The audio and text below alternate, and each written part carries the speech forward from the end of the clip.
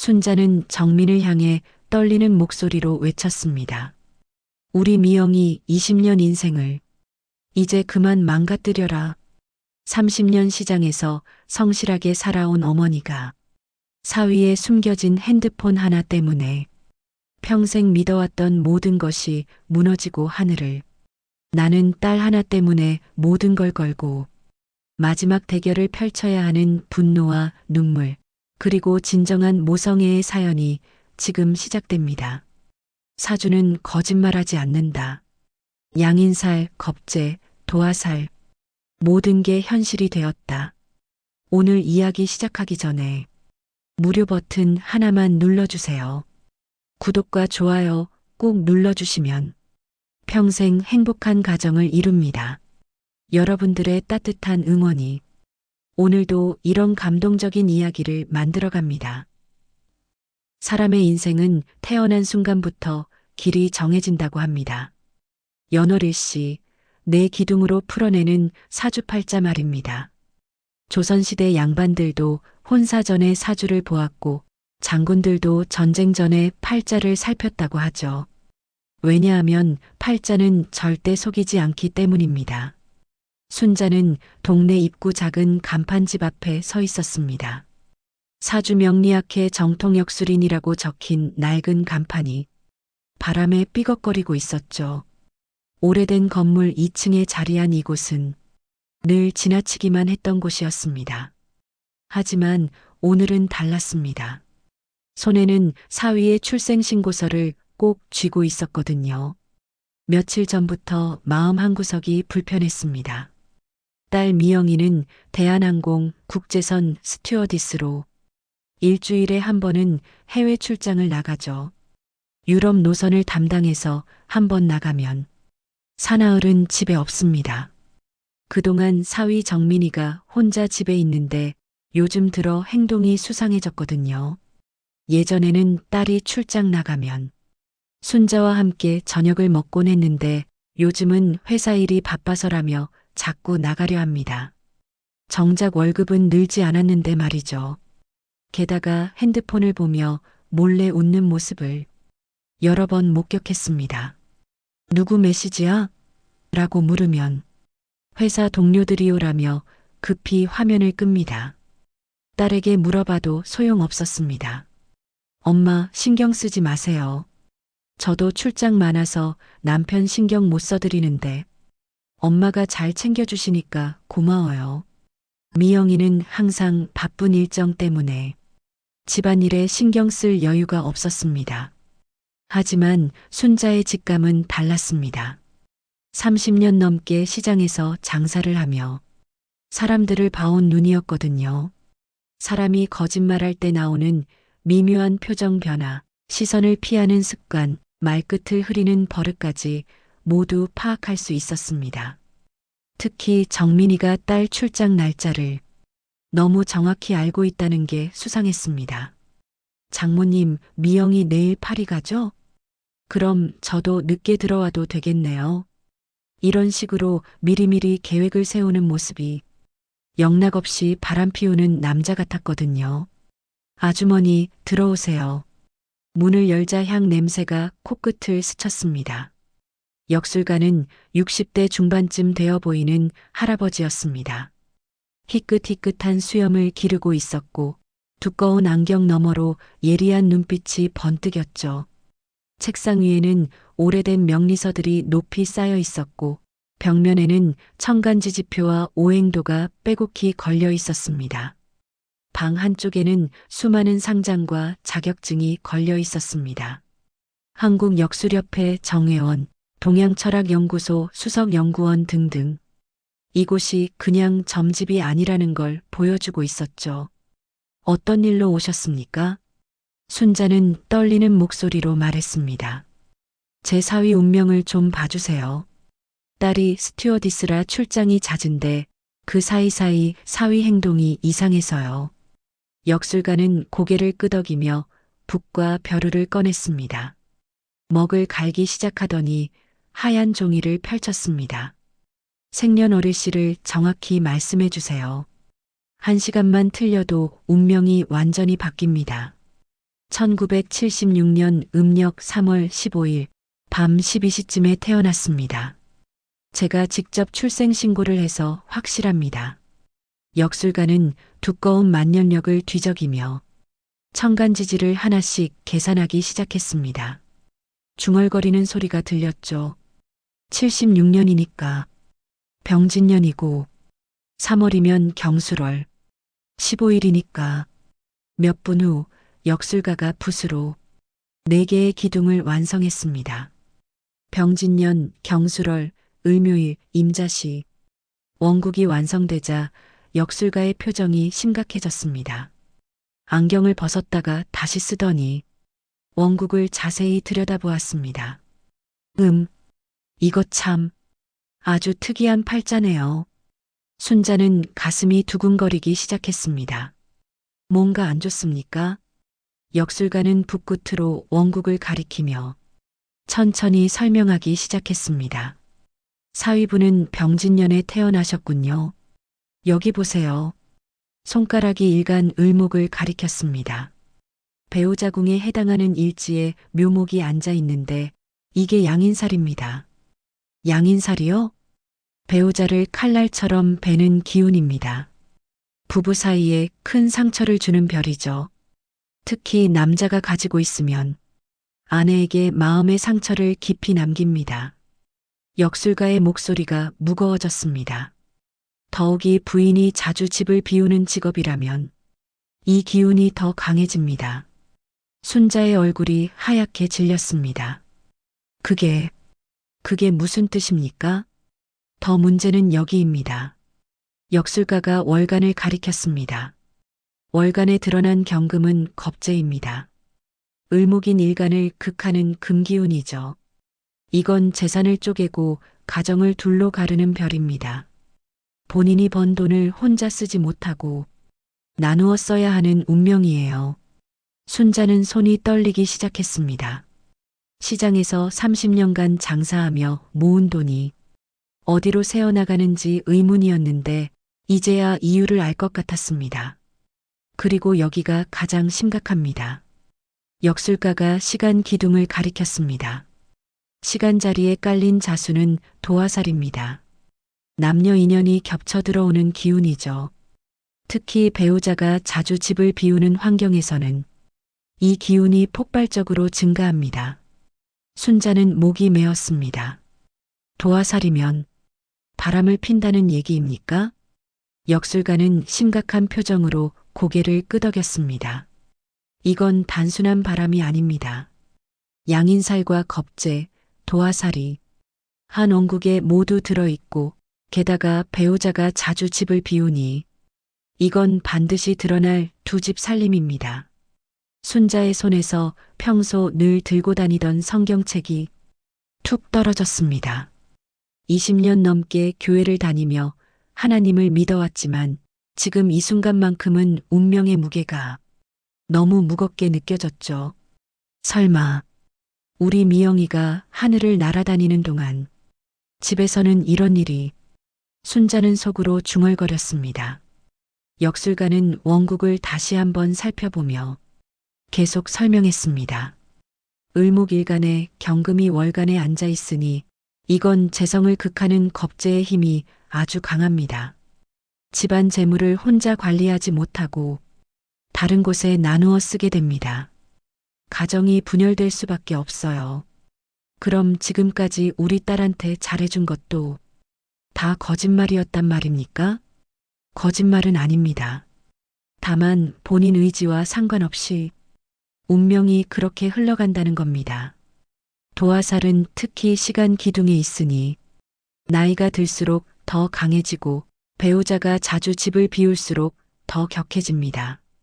올해 48살입니다. 역술가가 고개를 끄덕였습니다. 48세면 정말 도화살이 본격적으로 발동하는 시기입니다.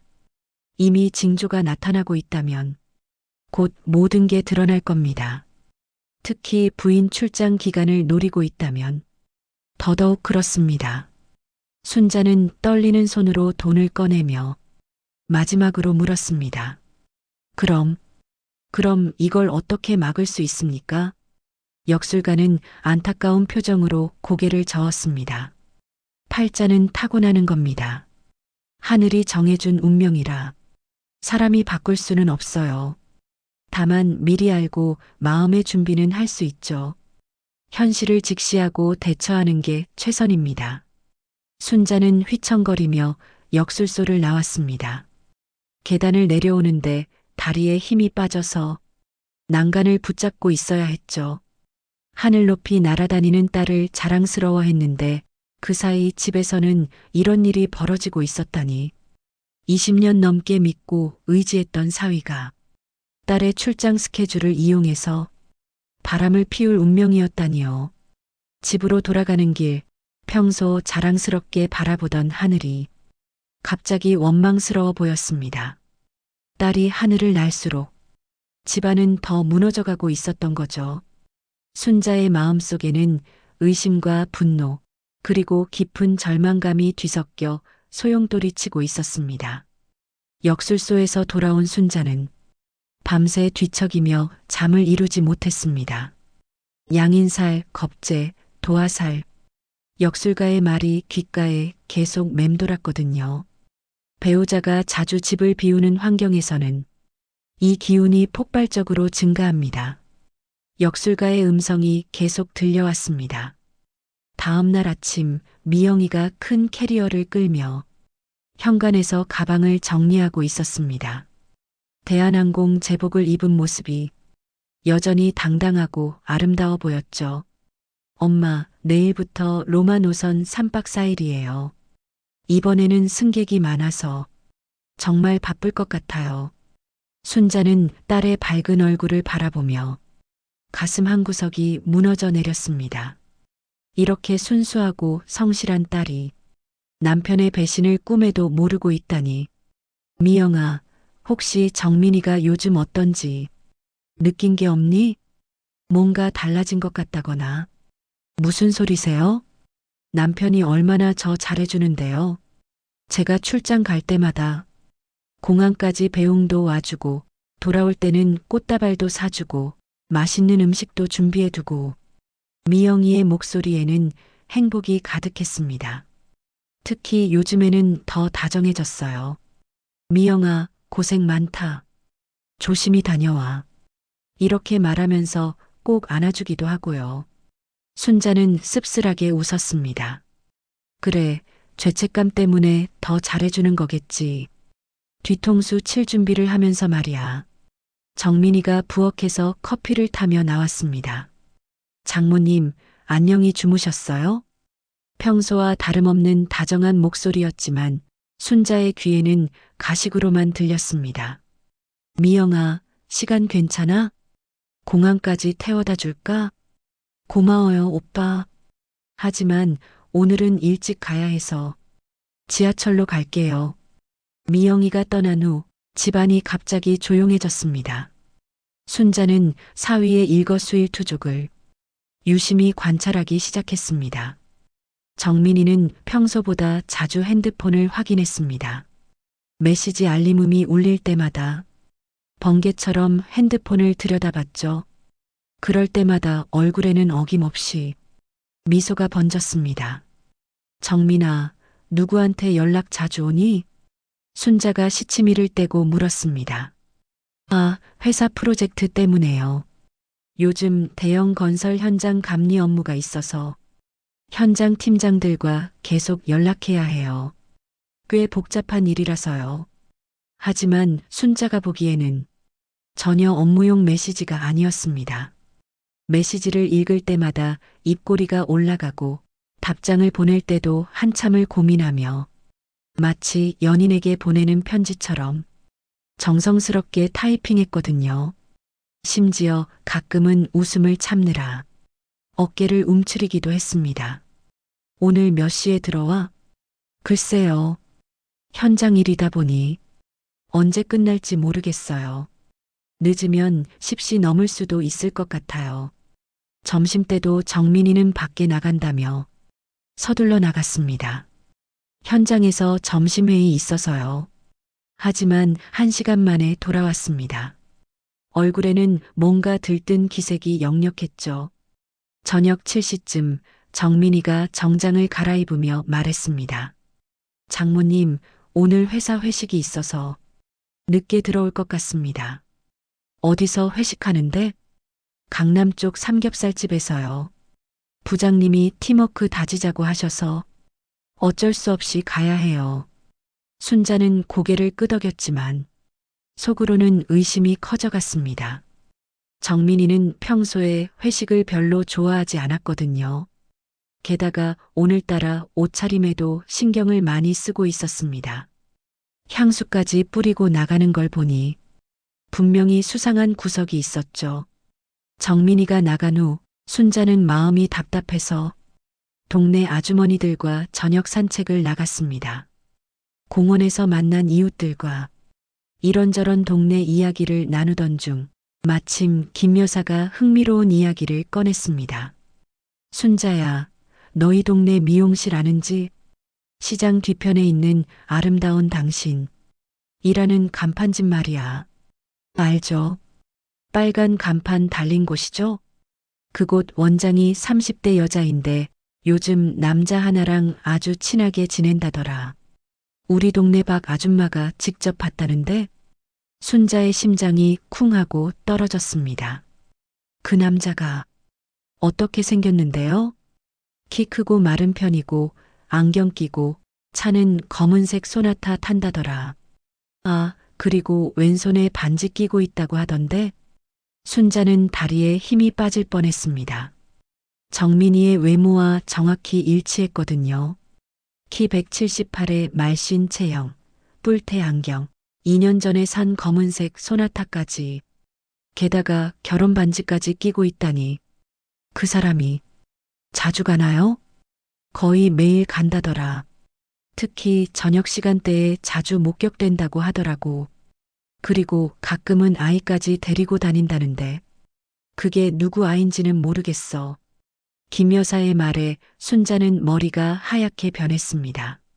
아이까지 데리고 다닌다고요? 그 미용실이 정확히 어디에 있죠?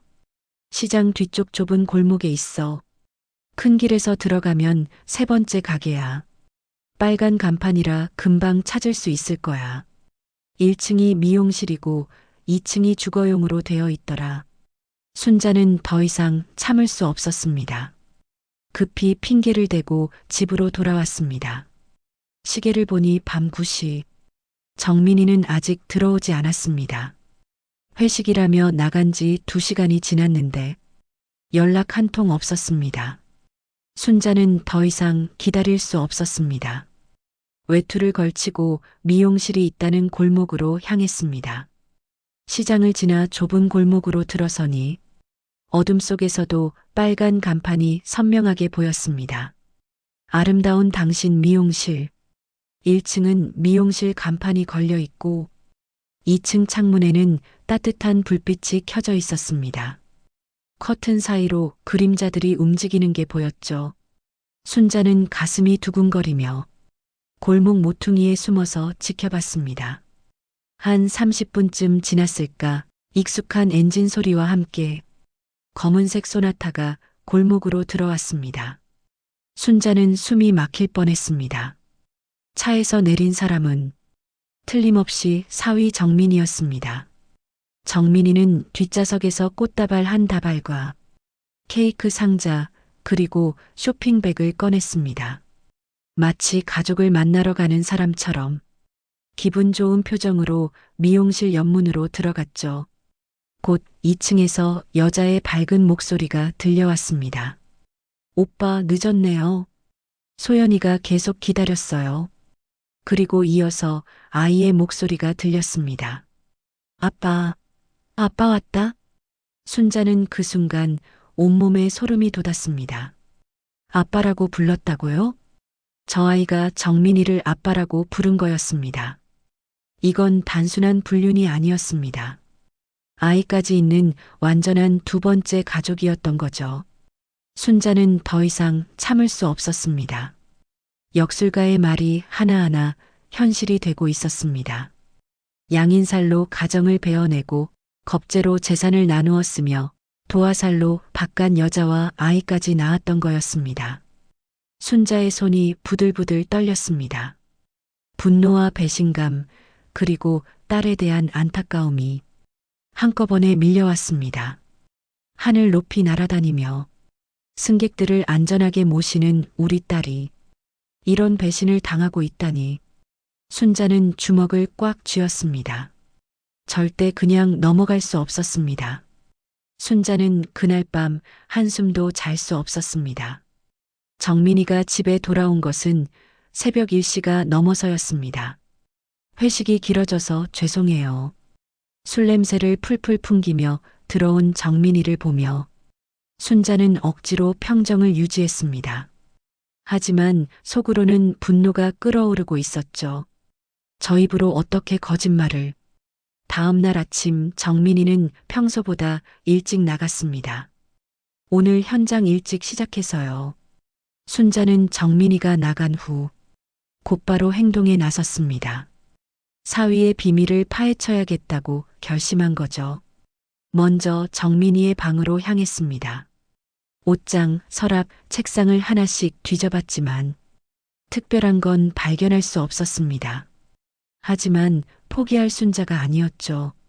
정민이가 늘 주차하는 아파트 지하 주차장으로 내려갔습니다. 검은색 소나타가 조용히 서 있었습니다. 순자는 주변을 둘러보고는 차 문을 열어봤습니다. 다행히 잠겨있지 않았죠. 조수석 서랍부터 뒤져봤습니다. 영수증들과 껌, 방향제 정도만 있었습니다. 하지만 트렁크를 열었을 때 순자의 손이 떨리기 시작했습니다. 구석에 작은 가방이 하나 있었거든요. 낡은 검은색 가방이었는데 겉보기에는 평범해 보였습니다. 하지만 가방을 열자 순자의 세상이 무너져 내렸습니다. 가방 안에는 낡은 핸드폰이 하나 들어 있었습니다. 정민이가 쓰던 것과는 다른 기종이었죠. 순자는 떨리는 손으로 전원을 켰습니다. 화면이 켜지자 비밀번호를 요구했습니다. 순자는 여러 번호를 입력해 봤습니다. 정민이 생일, 미영이 생일, 결혼기념일. 하지만 모두 틀렸습니다. 그런데 문득 떠오른 숫자가 있었습니다. 어제 미용실에서 들었던 아이의 목소리. 혹시나 해서 아이 생일을 추정해 몇 개 숫자를 입력해 봤습니다. 12월 15일이라고 추측하고 눌렀더니 놀랍게도 화면이 열렸습니다. 순자는 가슴이 터질 것 같았습니다. 사진첩을 터치하자 순자가 상상도 못했던 광경이 펼쳐졌습니다. 정민이와 젊은 여자가 다정하게 찍은 사진들이 빼곡히 들어 있었습니다. 여자는 어젯밤 미용실에서 본 그 사람이었죠. 곱슬머리에 진한 화장을 한 30대 여성. 두 사람은 마치 연인처럼 다정한 표정으로 사진을 찍고 있었습니다. 더 충격적인 건 그 다음이었습니다. 세 사람이 함께 찍은 가족 사진들이 있었거든요. 정민이, 그 여자, 그리고 7살 정도의 남자아이. 아이는 정말로 정민이를 닮아 있었습니다. 특히 눈매와 코 모양이 거의 똑같았죠. 소연이가 계속 기다렸어요. 어젯밤 들었던 여자의 목소리가 귓가에 맴돌았습니다. 순자는 사진을 하나씩 넘겨가며 봤습니다. 놀이공원에서 찍은 사진, 바닷가에서 찍은 사진, 생일 케이크를 놓고 찍은 사진까지 완전한 가족의 모습이었습니다.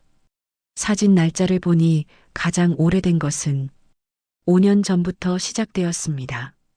즉, 정민이는 결혼한 지 15년 만에 바람을 피우기 시작한 게 아니라 거의 8년간이나 이중 생활을 해온 거였습니다. 순자는 메시지 창을 열어봤습니다. 소영이라는 이름으로 저장된 대화방이 있었습니다. 최근 메시지들을 보니 더욱 충격적이었습니다. 오빠, 미영이 언제 출장 가? 내일 새벽 비행기야. 4일간 없어. 그럼 우리 소연이랑 놀이공원 갈까? 좋아. 오랜만에 가족 시간 갖자. 순자의 입술이 파르르 떨렸습니다. 가족 시간이라고요?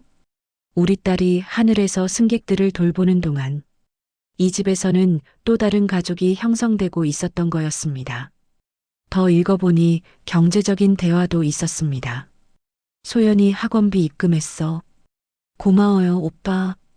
유치원비도 부탁해요. 알았어. 내일 넣어줄게. 순자는 이제야 왜 가계부가 안 맞았는지 알겠더군요. 정민이가 번 돈이 두 곳으로 나뉘어 나가고 있었던 거죠.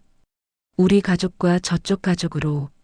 역술가가 말했던 겁재가 바로 이런 의미였구나 싶었습니다. 재산을 쪼개서 나누어 쓰게 되는 운명. 순자는 더 이상 볼 수가 없어서 핸드폰을 끄고 가방에 넣었습니다. 하지만 가방 안에는 또 다른 물건들이 있었습니다. 아이 그림이 몇 장 있었는데 아빠 사랑해요라고 써 있었습니다. 그리고 크레파스로 그린 가족 그림도 있었죠. 아빠, 엄마, 나 이렇게 세 명이 손을 잡고 있는 그림이었습니다. 순자는 그 그림을 보며 눈물이 왈칵 쏟아졌습니다. 저 아이에게는 정민이가 진짜 아빠였던 거죠. 그리고 소영이라는 여자에게는 정민이가 진짜 남편이었던 거였습니다. 그럼 우리 미영이는 뭐란 말입니까? 20년간 함께 살아온 아내는 뭐란 말이죠? 순자는 가방을 원래 자리에 놓고 트렁크를 닫았습니다. 하지만 걸음걸음이 무거웠습니다. 집으로 돌아가는 길에 순자는 계속 생각했습니다. 이 사실을 미영이에게 말해야 할까? 하지만 미영이는 내일 로마에서 돌아옵니다. 피곤해 지쳐 돌아올 딸에게 이런 충격적인 소식을 어떻게 전할까요? 게다가 증거라고는 트렁크에 숨겨진 핸드폰뿐입니다. 정민이가 자백하지 않는다면 딸이 믿어줄까요? 순자는 집에 도착해서도 계속 서성거렸습니다. 부엌일을 하면서도 자꾸 한숨이 나왔고 밥맛도 없었습니다. 저녁 때 정민이가 들어왔습니다. 장모님, 저 왔습니다. 평소와 똑같은 다정한 목소리였습니다. 하지만 순자의 귀에는 모든 게 가짜로 들렸습니다. 오늘 현장 어땠어? 힘들었죠. 콘크리트 타설 검사하느라 온종일 서 있었어요. 거짓말이었습니다. 핸드폰 메시지를 보니 정민이는 오후에 소영과 아이를 만났거든요. 미영이 내일 들어오지? 네, 저녁 7시 비행기예요. 공항에 마중 나갈 거예요. 순자는 정민이를 바라봤습니다. 겉으로는 다정한 남편의 모습이었지만 속으로는 두 여자를 오가며 거짓말을 일삼고 있는 배신자였습니다. 역술가의 말이 떠올랐습니다. 양인살은 배우자를 칼날처럼 베는 기운입니다. 정말 맞는 말이었습니다. 정민이는 우리 미영이의 마음을 이미 칼로 베어 놓았던 거죠. 다만 미영이 자신이 아직 모를 뿐이었습니다. 순자는 그날 밤도 잠을 이루지 못했습니다. 내일 딸이 돌아오면 어떻게 해야 할까? 이 모든 사실을 털어놓아야 할까? 아니면 더 확실한 증거를 잡을 때까지 기다려야 할까? 하지만 한 가지는 확실했습니다. 더 이상 정민이의 거짓말을 지켜볼 수는 없다는 것. 그리고 우리 딸이 이런 배신을 당하게 둘 수는 없다는 것. 순자는 결심했습니다. 내일 미영이가 돌아오면 모든 진실을 말하겠다고. 설령 딸이 충격받더라도 진실을 아는 게 낫겠다고 말이죠. 순자의 마음속에서는 분노와 슬픔이 뒤섞여 소용돌이치고 있었습니다. 다음 날 저녁 7시 인천공항에서 미영이가 돌아왔습니다. 대한항공 제복을 입고 캐리어를 끌며 지친 얼굴로 현관문을 열었죠. 엄마, 저 왔어요. 고생했다, 우리 딸. 순자는 딸을 맞으며 가슴이 미어졌습니다. 3박 4일 동안 유럽 하늘을 날아다니며 승객들의 안전을 책임졌을 딸이 집에서는 이런 배신을 당하고 있다니. 정민이가 부엌에서 꽃다발을 들고 나왔습니다. 여보, 고생 많았어. 오늘도 아름다웠지? 미영이는 피곤한 얼굴에도 미소를 지었습니다. 고마워요, 오빠. 이번 비행은 정말 힘들었어요. 승객이 350명이나 되었는데 난기류까지 만나서 순자는 그 모습을 보며 더 이상 참을 수 없었습니다. 저 꽃다발을 사러 가는 길에 분명히 소영과 소연이를 만났을 거였거든요. 미영아, 이리 앉아봐. 엄마가 할 말이 있다. 엄마, 저 너무 피곤해요. 샤워하고 쉬면 안 될까요? 안 돼. 지금 당장 들어야 할 이야기야. 순자의 목소리가 단호했습니다. 정민이의 얼굴이 순간 굳었습니다. 장모님, 무슨 일이세요? 너는 가만 있어. 우리 딸부터 앉혀놓고 할 이야기가 있으니까. 미영이가 어리둥절한 표정으로 소파에 앉았습니다. 엄마, 뭐가 그렇게 급해요? 순자는 정민이를 노려보며 말을 시작했습니다. 미영아, 엄마가 며칠 전에 사주를 봐달라고 역술가를 찾아갔었다. 갑자기 사주는 왜요? 정민이 사주를 봤는데 순자의 목소리가 떨렸습니다. 양인살의 겁재, 도화살이 모두 들어있다더라. 특히 부인이 자주 집을 비우면 바깥 처자를 만날 운명이라고 했다. 정민이가 벌떡 일어났습니다. 장모님, 그런 미신을 어떻게 믿으세요? 21세기의 사주팔자가 뭐 미신이라고? 순자의 목소리가 높아졌습니다. 그럼 시장 뒤편 미용실은 뭐냐? 아름다운 당신 미용실 말이야. 순간 집안이 조용해졌습니다. 정민이의 얼굴이 하얗게 변했고 미영이는 무슨 말인지 이해하지 못하는 표정이었습니다. 엄마, 미용실이 왜요?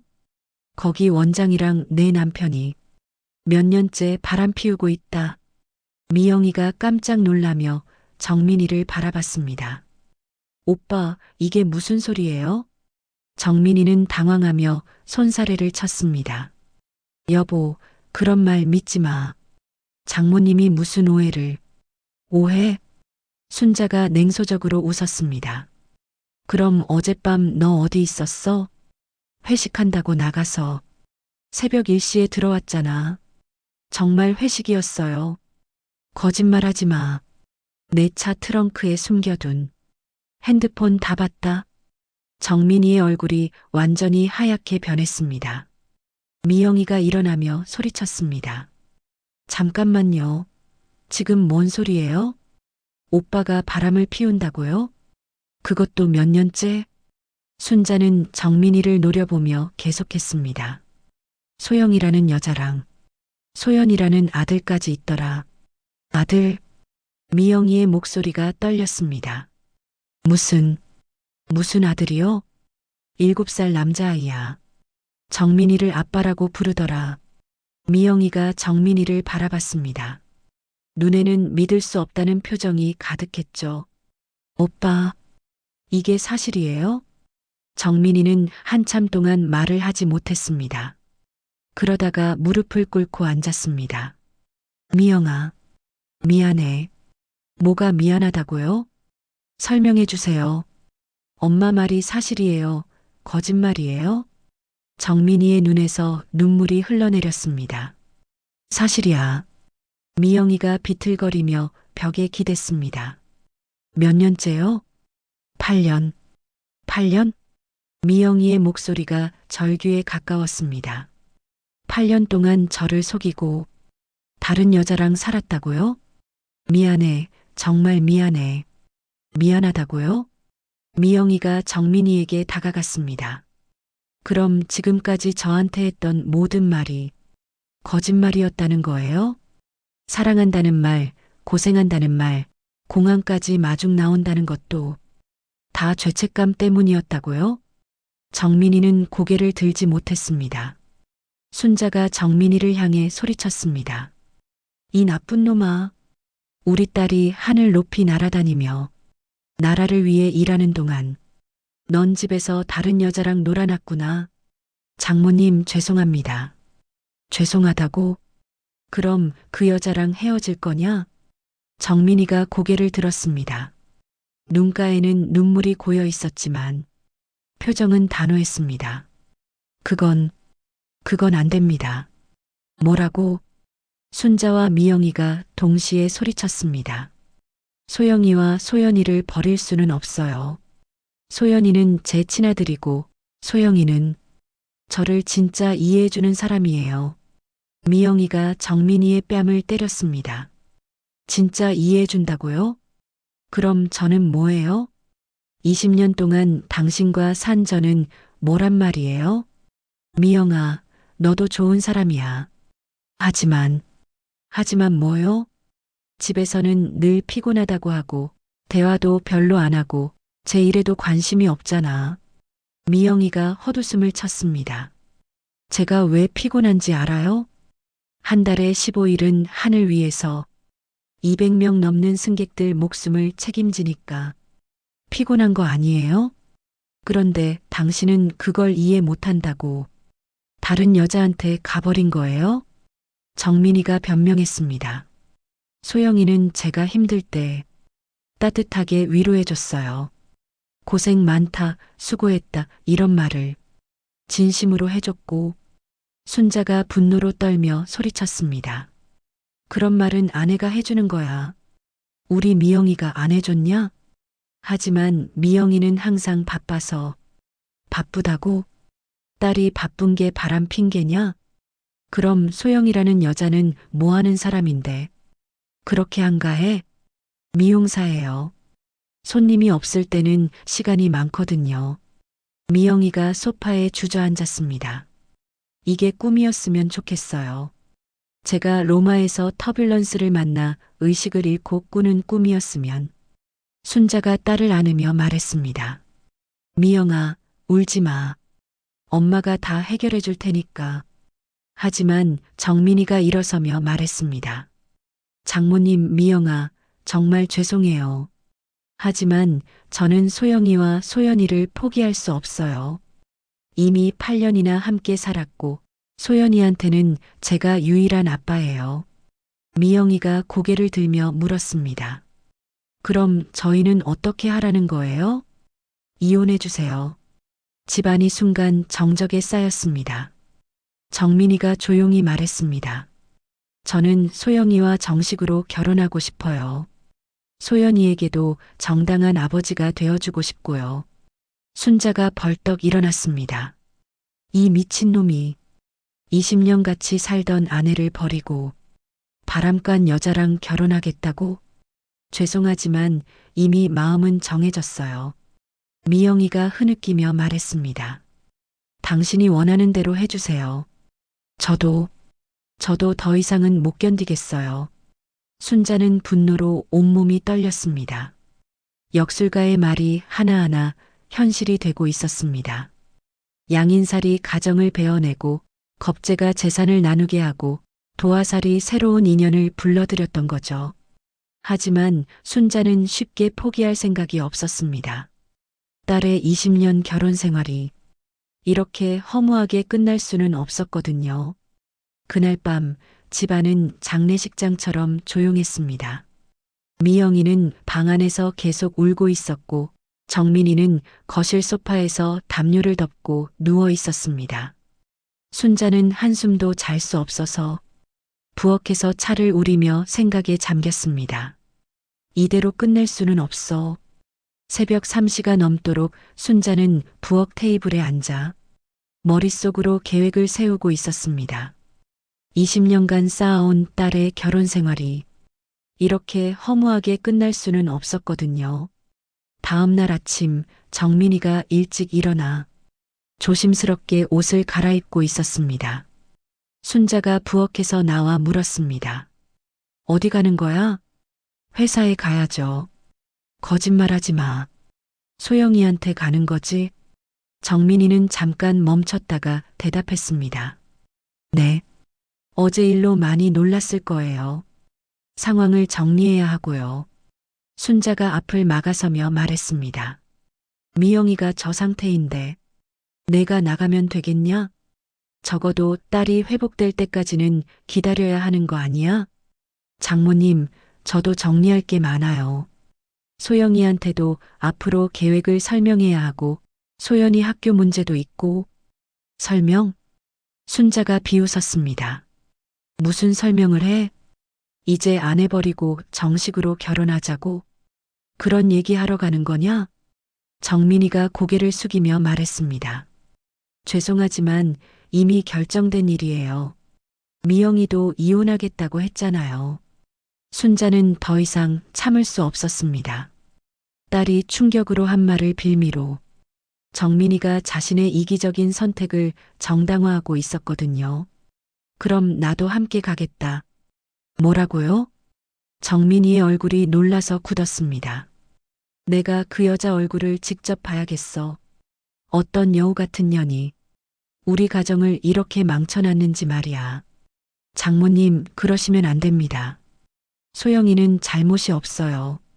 잘못이 없다고? 순자의 목소리가 높아졌습니다. 남의 남편을 8년간 빼앗고 애까지 낳은 게 잘못이 없어? 그럼 누구 잘못이야? 저희가 서로 사랑하게 된 건데. 순자가 정민이의 멱살을 잡았습니다. 사랑? 기혼 남자가 바람 피운 게 사랑이냐? 그게 사랑이면 우리 미영이랑 20년간 산 건 뭐야? 장모님, 제발 이해해 주세요. 이해? 내가 뭘 이해해? 딸 배신한 놈을 이해하라고? 정민이가 애원하는 목소리로 말했습니다. 장모님, 소영이한테는 정말 심한 말씀하지 말아주세요. 소영이 잘못이 아니라 제 잘못이에요. 그럼 더 가야겠네. 내 정부가 어떤 여자인지 내 눈으로 직접 확인해야겠어. 결국 정민이는 어쩔 수 없이 순자와 함께 미용실로 향했습니다. 차 안에서 정민이는 계속 변명을 늘어놨습니다. 장모님, 소영이는 정말 순수한 사람이에요. 저를 진심으로 사랑해주고 소연이도 정말 잘 키우고 있어요. 순수하다고? 순자가 냉웃음을 쳤습니다. 순수한 여자가 남의 남편이랑 애까지 낳고 8년을 산다고? 그게 내 기준으로는 순수한 거냐? 장모님은 이해하지 못하실 거예요. 소영이가 얼마나 따뜻한 사람인지.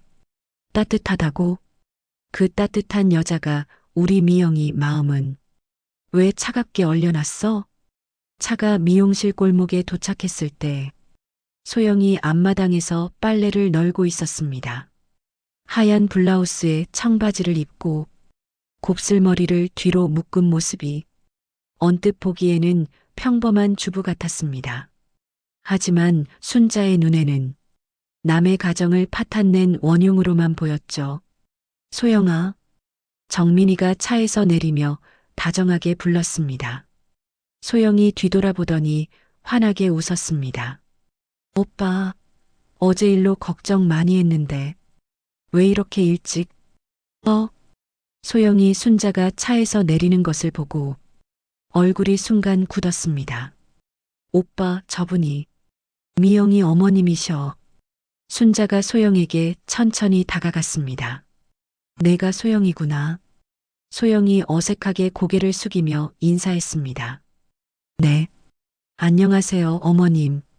어머님? 순자의 목소리에 분노가 섞였습니다. 내가 감히 나를 어머님이라고 불러? 남의 남편 빼앗고 애까지 낳아놓고 어머님이라고? 소영의 얼굴이 빨갛게 변했습니다. 죄송해요. 하지만 저희는 정말 사랑해서. 또 사랑? 순자가 소영의 바로 앞까지 다가섰습니다.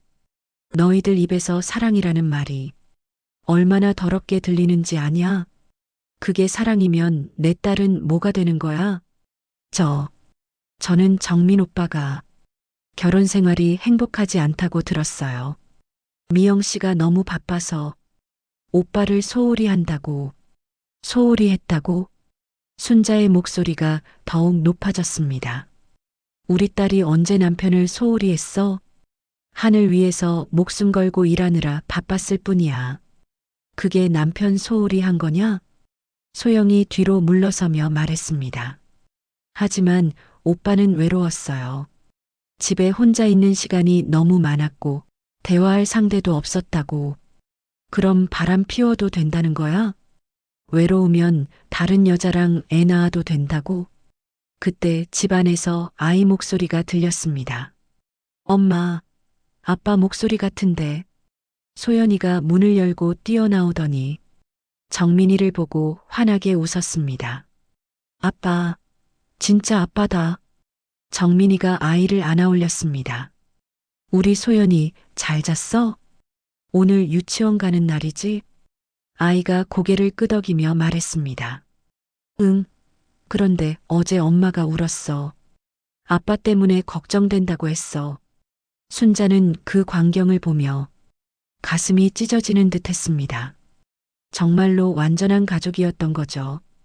8년 동안 쌓아온 정이 있었고 아이는 정민이를 진짜 아빠로 여기고 있었습니다.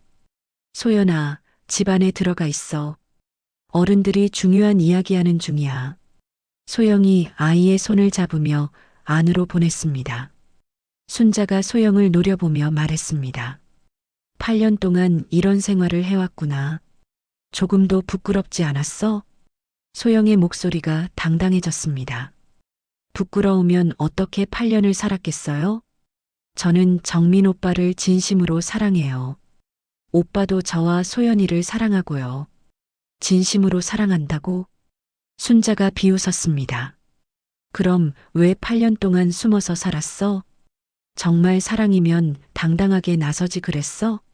소영이 정민이를 바라보며 말했습니다. 오빠가 미영 씨와 이혼하기 어렵다고 했어요. 특히 어머님께서 강하게 반대하실 거라고. 당연하지. 순자가 소리쳤습니다. 20년 함께 살며 온갖 시련을 함께 견뎌온 며느리를 왜 내가 쉽게 보내줘야 해? 정민이가 나서며 말했습니다. 장모님, 이제 상황이 정리됐잖아요. 어제 미영이도 이혼하겠다고 했고 저도 마음을 정했어요.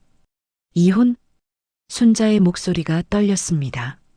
누가 이혼한다고 했어? 내가 언제 그걸 허락했어? 하지만 미영이가 직접. 우리 미영이는 지금 충격받아서 그런 소리 하는 거야. 시간이 지나면 마음이 바뀔 수도 있어. 소영이 끼어들었습니다. 어머님, 이미 끝난 관계인데 왜 자꾸 붙잡으려고 하세요?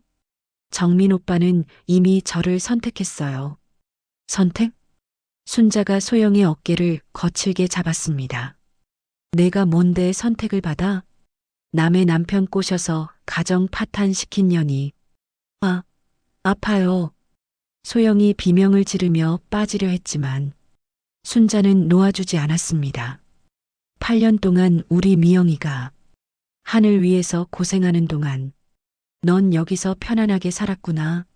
남의 남편 돈으로. 정민이가 급히 말렸습니다. 장모님, 그만하세요. 소영이는 정말 잘못이 없어요. 잘못이 없다고? 순자가 정민이를 노려봤습니다. 그럼 누구 잘못이야? 저절로 바람이 났냐? 순자는 소영을 밀쳤습니다. 소영이 빨랫줄에 걸린 옷들 사이로 넘어지면서 젖은 빨래들이 바닥에 떨어졌습니다. 엄마, 집안에서 소연이가 울며 뛰어나왔습니다. 엄마 괜찮아? 정민이가 황급히 소영을 일으켰습니다. 괜찮아? 다친 데 없어? 어디 아픈 데는? 순자는 그 모습을 보며 더욱 분노했습니다. 20년 부인보다 8년 정부를 더 걱정하는 정민이의 모습에서 현실을 깨달은 거였습니다. 정말 지지리도 못 나겠다. 순자가 하늘을 향해 소리쳤습니다. 20년 함께 산 아내는 뒷전이고 전연 다쳤다고 그렇게 걱정하냐? 장모님, 소영이는 아무 잘못 없어요. 모든 잘못은 제가 한 거예요. 그럼 내가 책임져. 당장 전연과 연을 끊어. 우리 미영이한테 돌아와. 정민이가 단호하게 고개를 저었습니다. 그건 절대 안 됩니다. 저는 이미 마음을 정했어요. 소영이와 소연이를 끝까지 책임지겠어요. 순자는 그 말을 듣고 무릎이 꺾였습니다. 바닥에 주저앉으며 하늘을 올려다봤습니다. 정말로 모든 게 끝난 거였습니다. 8년간의 이중생활, 아이까지 낳은 확고한 관계, 그리고 정민이의 확고한 의지까지 역술가의 말이 하나하나 현실이 되고 있었습니다. 양인살이 부부 사이를 베어내고 겁재가 재산과 마음을 둘로 나누었으며 도화살이 새로운 인연을 불러들인 거였죠. 순자는 떨리는 목소리로 중얼거렸습니다. 미영아, 엄마가 못나서 미안하다. 순자가 무릎을 꿇고 있는 모습을 본 소영이 조심스럽게 다가왔습니다. 어머님, 일어나세요. 바닥이 차가워요. 하지만 순자는 소영의 손을 뿌리쳤습니다. 내가 감히 나한테 손을 대. 순자가 일어서며 소영을 밀쳤습니다. 8년 동안 우리 가족 망친 년이 지금 동정하는 척하냐? 정민이가 소영을 보호하며 나섰습니다. 장모님, 그만하세요. 소영이가 뭘 잘못했다고 그래요? 뭘 잘못했냐고? 순자의 목소리가 떨렸습니다. 남의 남편 8년간 빼앗고 애까지 낳아놓고 뭘 잘못했냐고? 소영이 정민이 뒤에서 말했습니다. 어머님, 저희는 서로 진심으로 사랑해요. 이건 그냥 바람이 아니에요. 진심으로 사랑한다고? 순자가 비웃었습니다. 그럼 우리 미영이랑 20년은 뭐였어? 가짜 사랑이었다는 거야? 정민이가 대답했습니다. 장모님, 미영이와의 결혼은 처음부터 잘못된 거였어요. 순자가 깜짝 놀라며 물었습니다. 잘못되었다고? 무슨 소리야? 솔직히 말씀드리면 미영이와 저는 성격이 안 맞았어요. 미영이는 일밖에 모르고 저와의 시간은 항상 뒷전이었어요. 순자의 얼굴이 빨갛게 달아올랐습니다. 그게 바람핀 이유냐? 우리 딸이 성실하게 일한 게 잘못이라는 거야? 그런 게 아니라 뭐야? 순자가 소리쳤습니다. 우리 미영이가 스튜어디스로 승객들 목숨 책임지고 일하는 동안 넌 여기서 놀아났다는 얘기잖아. 소영이 끼어들었습니다. 어머님, 정민 오빠는 정말 외로웠어요. 집에 혼자 있는 시간이 너무 많았고 외로웠다고? 순자가 소영을 노려봤습니다. 그럼 너는 뭐야? 외로운 남자 달래주는 게 직업이야? 저는 정민 오빠를 사랑해요. 사랑? 순자가 손을 번쩍 들었습니다. 그 더러운 입으로 사랑을 말하지 마. 하지만 정민이가 순자의 손목을 잡았습니다. 장모님, 소영이한테 손대지 마세요. 순자는 충격을 받았습니다. 사위가 자신을 막아선 거였거든요. 8년 정부를 보호하기 위해서 너 지금 뭐 하는 거야? 장모님이 너무 심하세요. 소영이는 제가 보호해야 할 사람이에요. 보호해야 할 사람? 순자의 목소리가 떨렸습니다. 그럼 우리 미영이는? 20년 함께 산 아내는 뭐가 되는 거야? 정민이가 단호하게 말했습니다. 미영이와는 이미 끝났어요. 어제 이혼하기로 했잖아요. 이혼? 순자가 비웃었습니다. 누가 이혼 승낙했어? 내가 살아있는 한 절대 안 돼. 그때 소연이가 울며 엄마에게 달려왔습니다. 엄마, 무서워. 할머니가 왜 소리쳐? 소영이 아이를 안으며 말했습니다. 괜찮아, 소연아. 아빠가 다 해결해 주실 거야. 순자는 그 말을 듣고 폭발했습니다. 아빠라고? 순자가 소연이를 가리키며 소리쳤습니다. 저 아이가 정민이를 아빠라고 부른다고? 당연하죠. 소영이 당당하게 답했습니다. 소연이 아빠는 정민 오빠예요. 이 못된 년아. 순자가 소영의 뺨을 때렸습니다. 짝! 소영이 비명을 지르며 뒤로 넘어졌습니다. 엄마. 소연이가 울부짖었습니다. 정민이가 분노하며 순자를 밀쳤습니다. 장모님, 미쳤어요? 소영이한테 왜 그래요? 순자는 믿을 수 없다는 표정이었습니다. 사위가 자신을 밀친 거였거든요. 정부를 보호하기 위해서 너 지금 장모를 밀었어? 소영이한테 손대지 말라고 했잖아요. 정민이의 목소리도 높아졌습니다. 장모님이 너무 심해요. 소영이가 뭘 그렇게 잘못했다고, 뭘 잘못했냐고 순자가 히스테리를 부렸습니다. 남의 남편 꼬드겨서 가정 파탄시킨 게 잘못 아니야? 꼬드긴 게 아니라 서로 사랑하게 된 거예요. 사랑? 순자가 미친 듯이 웃었습니다. 좋아, 사랑이라고 치자. 그럼 우리 미영이한테는 뭐라고 할 거야? 정민이가 짜증스럽게 말했습니다. 미영이한테는 제가 직접 사과할게요. 하지만 소영이와는 헤어질 수 없어요. 순자의 마지막 희망이 무너졌습니다. 정민이의 마음이 완전히 돌아선 거였죠. 그럼 우리 미영이는 어떻게 해? 미영이도 새로운 인생을 살면 돼요. 아직 젊잖아요. 순자는 그 말을 듣고 온몸에 힘이 빠졌습니다. 딸의 인생 20년을 뭐라고 생각하는 거죠? 새로운 인생? 순자가 중얼거렸습니다. 20년을 헌신한 게 그냥 버릴 수 있는 거라고 소영이 아이를 달래며 말했습니다. 어머님, 억지로 붙들어둬도 의미 없어요. 오빠 마음은 이미 여기 있는걸요. 순자는 그 순간 모든 걸 포기하고 싶었습니다. 하지만 딸 생각이 났습니다. 집에서 울고 있을 미영이를 생각하니 다시 분노가 치밀어 올랐습니다. 안 돼. 순자가 소리쳤습니다. 절대 그냥 둘 수 없어.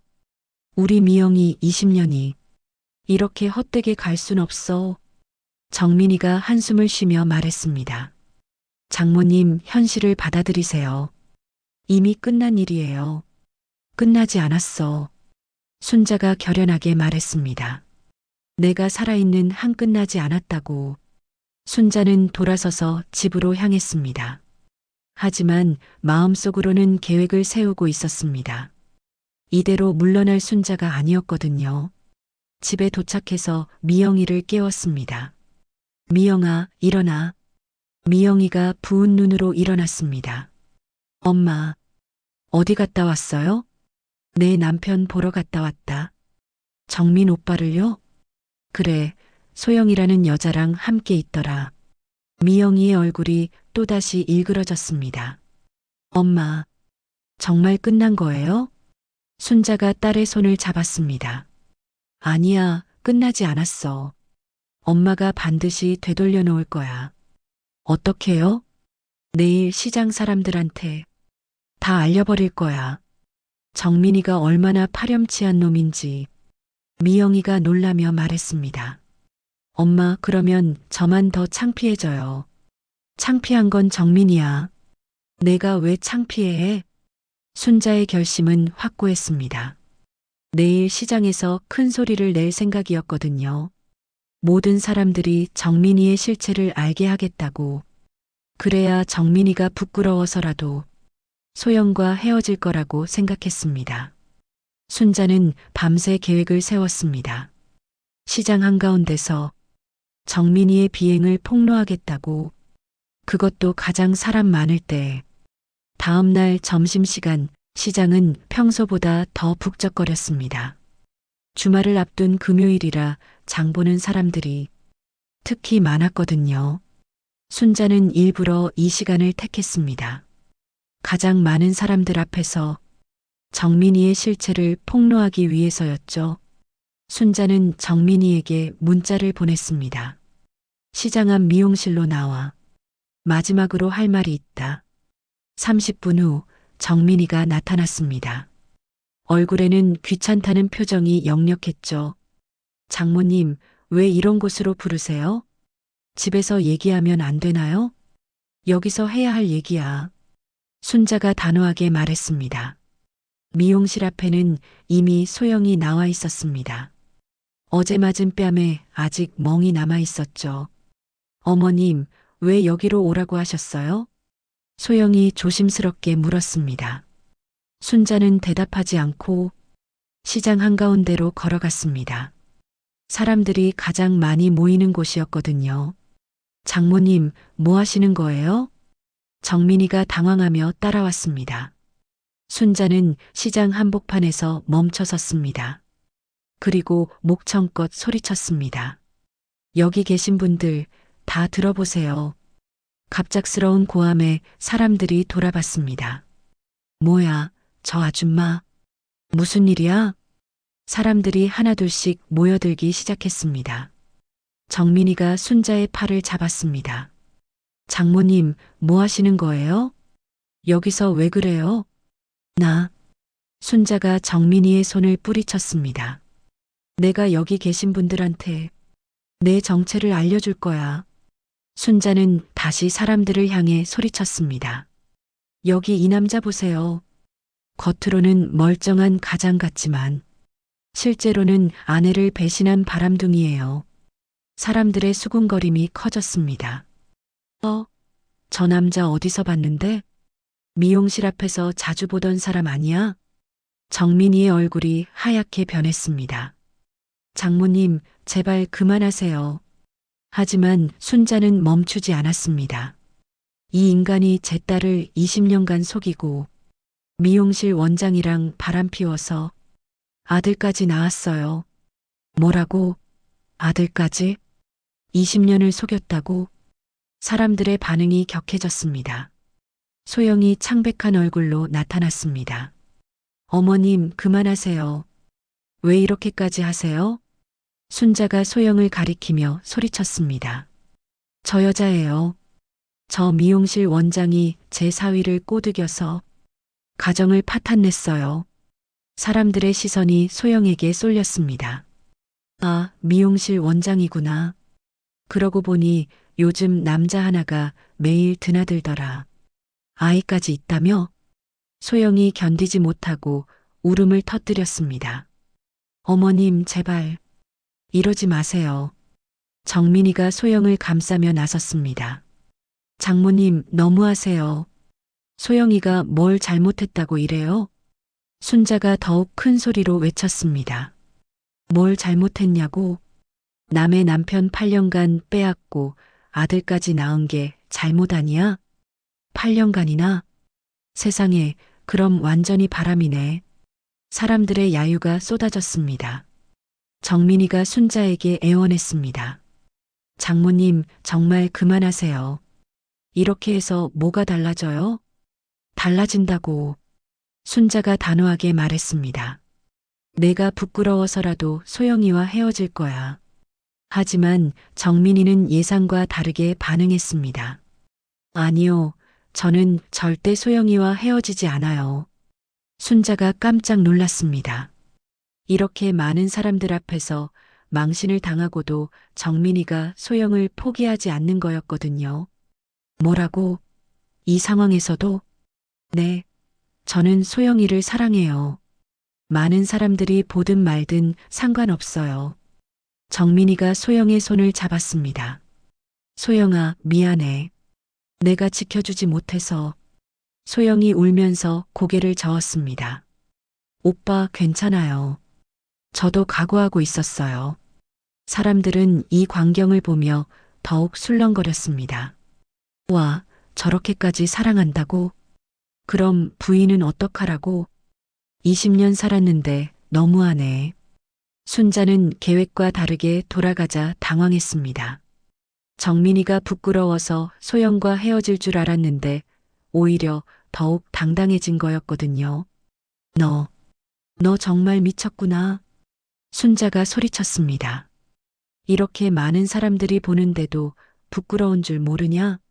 정민이가 대답했습니다. 부끄럽지 않아요. 진짜 사랑을 부끄러워할 이유는 없으니까요. 그때 미영이가 나타났습니다. 대한항공 제복을 입고 캐리어를 끌고 있었죠. 엄마, 여기서 뭐 하는 거예요? 미영이는 급히 출장에서 돌아온 모양이었습니다. 사람들이 미영이를 보며 수군거렸습니다. 저 사람 스튜어디스네. 그럼 저 사람이 부인인가? 예쁘네. 근데 저런 남편을 두고. 미영이가 상황을 파악하고는 얼굴이 빨갛게 변했습니다. 엄마, 이게 뭐예요? 왜 여기서 이런 일을? 순자가 딸에게 말했습니다. 미영아, 내가 와서 잘 됐다. 사람들 앞에서 확실히 정리하자. 미영이는 주변 시선이 부담스러웠습니다. 엄마, 집에 가서 얘기해요. 여기는 너무. 하지만 순자는 물러서지 않았습니다. 아니야, 여기서 끝내야 해. 순자가 사람들을 향해 다시 소리쳤습니다. 여기 계신 분들이 증인이에요. 이 남자가 얼마나 파렴치한지 다들 봤잖아요. 정민이가 미영이를 바라보며 말했습니다. 미영아, 미안해. 하지만 내 마음은 바뀌지 않을 거야. 미영이의 눈에 눈물이 고였습니다. 오빠, 정말 끝인 거죠? 그래, 끝이야. 우리는 이제 남남이야. 미영이가 눈물을 흘리며 말했습니다. 좋아요. 그럼 저도 결정했어요. 미영이가 결혼 반지를 빼서 정민이에게 던졌습니다. 이제 정말 끝이에요. 저도 새로운 인생을 살겠어요. 사람들이 박수를 치기 시작했습니다. 잘했어, 아가씨. 그런 남자는 버려야지. 새 출발해. 순자는 딸의 당당한 모습을 보며 뿌듯했습니다. 비록 결혼은 끝났지만 딸이 당당하게 새 출발을 선언한 거였거든요. 정민이는 바닥에 떨어진 반지를 주었습니다. 미영아, 그동안 미안했어. 미안하다는 말은 이제 필요 없어요. 미영이가 단호하게 말했습니다. 대신 소연이는 잘 키우세요. 아이에게는 죄가 없으니까. 정민이가 고개를 숙였습니다. 고마워. 순자가 마지막으로 정민이를 노려보며 말했습니다. 정민아, 오늘 이 일을 절대 잊지 마. 내가 20년 가정을 어떻게 망쳤는지 평생 기억하며 살아.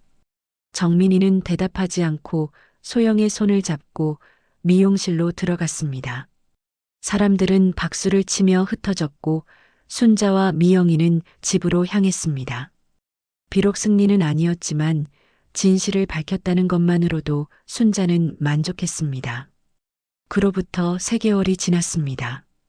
가을이 깊어가는 10월의 어느 날 순자와 미영이는 새로 이사간 아파트에서 차분한 일상을 보내고 있었습니다. 32평 아파트는 이전 집보다 작았지만 모녀만의 공간치고는 충분했습니다. 미영이는 이혼 후 더욱 일에 매진했습니다. 유럽 노선뿐만 아니라 미주 노선까지 담당하며 한 달의 절반은 하늘 위에서 보내고 있었죠. 엄마, 내일부터 뉴욕 노선 5박 6일이에요. 혼자 있으면서 심심하지 마세요. 괜찮다, 우리 딸. 엄마도 이제 새로운 취미가 생겼으니까.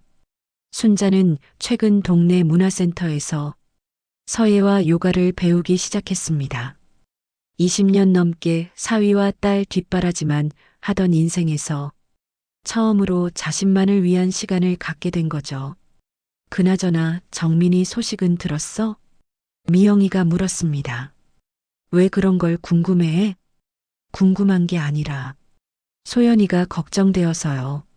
순자는 딸의 마음을 이해했습니다. 아무리 이혼했다고 해도 8년간 함께 살았던 아이가 있었으니까요. 김아줌마 말로는 미용실이 문을 닫았다더라. 문을 닫았다고요? 그날 시장에서 그런 일이 있고 나서 손님들이 다 끊어졌나 봐. 소영이가 견디지 못하고 가게를 정리했대. 미영이의 표정이 복잡해졌습니다. 그럼 소연이는 어떻게 된 거예요? 정민이가 다른 동네로 이사 갔다더라. 세 식구가 함께. 순자는 잠깐 말을 멈췄다가 계속했습니다. 사실 그게 잘된 일이야. 이 동네에 계속 있었으면 서로 불편했을 거 아니냐. 미영이가 고개를 끄덕였습니다. 맞아요. 그게 나았어요. 저녁 무렵 순자는 시장에 장 보러 나갔습니다. 예전과 달리 이제는 2명 분량만 사면 되어서 장바구니가 한결 가벼웠습니다. 시장 사람들의 시선도 예전과 달랐습니다. 처음에는 동정의 눈길이었다가 이제는 존경의 표정으로 바뀌어 있었거든요. 순자야, 딸이 요즘 어때? 많이 밝아졌다며? 김 여사가 말을 걸어왔습니다. 그럼 이제 자유롭게 살고 있어. 새로운 사람도 만나고 있고. 새로운 사람? 응, 같은 항공사 기장님인데. 나이도 적당하고 인품도 좋더라. 순자는 일부러 밝게 말했습니다. 실제로 미영이가 최근 소개받은 사람이 있었거든요. 대한항공 기장으로 일하는 42세 남성으로 이혼 경험은 있지만 자녀는 없었습니다. 미영이와 비슷한 직업이라 서로의 일을 이해해주는 분위기였죠. 그래, 그럼 다행이네. 우리 순자가 고생 많이 했는데 이제 좋은 일만 있을 거야. 순자는 집으로 돌아가며 생각했습니다. 정말로 모든 게 새롭게 시작된 것 같았습니다. 처음에는 분노와 원망으로 가득했지만 이제는 오히려 감사한 마음이 들었거든요. 만약 그 일이 없었다면 미영이는 계속 모르고 살았을 테고 자신도 평생 속아서 살았을 거였으니까요. 집에 돌아오니 미영이가 짐을 정리하고 있었습니다. 뉴욕 가는 준비해? 네, 이번에는 1등석 승무원으로 가요. 좀 더 책임감 있는 업무라서 기대돼요. 미영이의 얼굴에는 예전보다 훨씬 밝은 표정이 떠올라 있었습니다. 이혼 후 오히려 일에 더욱 집중하게 되면서 승진도 빨라졌고 자신감도 늘어났거든요. 그나저나 엄마 기장님이랑은 언제 만나요? 다음 주 토요일에 만나기로 했어. 너도 함께 식사할 거야. 네, 좋아요. 이번에는 엄마가 좋아하시는 분이었으면 좋겠어요.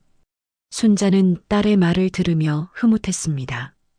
예전 같았으면 새로운 사람을 만나는 것에 부담스러워했을 텐데 이제는 오히려 적극적이었거든요. 그날 밤 순자는 오랜만에 역술소를 찾았습니다. 3개월 전 그 역술가를 다시 만나보고 싶었거든요. 아주머니, 오랜만이네요. 그때 사위 사주 보러 오신 분 아닌가요? 역술가가 순자를 알아봤습니다. 네, 맞아요. 그때 말씀하신 게 다 맞았어요. 아, 그래요? 양인살과 겁재, 도화살 말씀하신 거죠? 순자가 고개를 끄덕였습니다. 정말 팔자대로 되더라고요. 8년간 바람 피워서 아이까지 있었어요. 역술가가 안타까운 표정을 지었습니다. 그래서 어떻게 되었나요? 이혼했어요. 사위는 그 여자랑 결혼했고요. 힘드셨겠네요. 처음에는 힘들었죠. 하지만 이제는 오히려 다행이라고 생각해요. 순자가 의외의 대답을 했습니다. 다행이라고요? 네, 만약 모르고 계속 살았다면 우리 딸이 평생 속아서 살았을 거 아니에요? 차라리 빨리 알게 되어서 다행이에요. 역술가가 감탄하며 말했습니다. 대단한 마음가짐이시네요. 보통 사람들은 원망만 하는데 원망해봤자 뭐예요. 이미 벌어진 일인데. 순자는 계속 말했습니다. 그리고 우리 딸이 새로운 사람 만나서 행복하게 살고 있어요. 이번에는 진짜 좋은 사람 같아요. 그럼 새 사위 사주도 한번 봐드릴까요? 아직은 됐어요. 너무 성급하게 굴고 싶지 않거든요. 순자는 역술소를 나오며 하늘을 올려다봤습니다. 별이 유난히 밝게 빛나고 있었습니다. 미영아, 이제 정말 자유롭게 살아라. 엄마가 항상 내 편이야. 집으로 돌아가는 길에 순자는 지난 3개월을 돌이켜봤습니다. 처음에는 분노와 복수심만 가득했지만 시간이 지나면서 오히려 감사하게 되었습니다. 딸이 더 이상 거짓된 결혼 생활에 매여 있지 않게 되었고 자신도 새로운 인생을 시작할 수 있게 되었거든요. 그리고 무엇보다 진실을 알게 된 것이 가장 큰 수확이었습니다. 사주는 정말로 거짓을 숨기지 않았습니다. 양인살은 가정을 베어냈고 겁재는 집안 재산을 둘로 나누었으며 도화살은 바깥 처자를 불러들여 가문을 흔들었습니다. 하지만 그 모든 시련 속에서도 진실을 붙잡고 용기를 낸 모녀는 살아남았습니다. 오히려 더 강해져서 새로운 출발선에 서게 된 거였죠.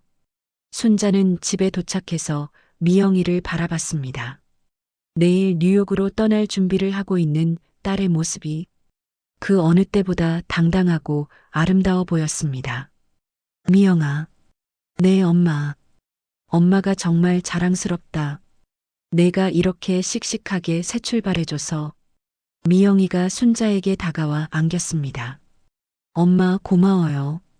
엄마가 용기를 내서 진실을 밝혀주셨으니까 저도 새로운 인생을 살 수 있게 됐어요. 모녀는 서로를 꼭 끌어안았습니다. 비록 힘든 시간이었지만 그 시간을 통해 더욱 단단해진 모녀였습니다. 그리고 이제 각자의 새로운 행복을 향해 당당하게 걸어가고 있었습니다. 밖에서는 가을바람이 불어왔지만 집안은 따뜻한 희망으로 가득했습니다.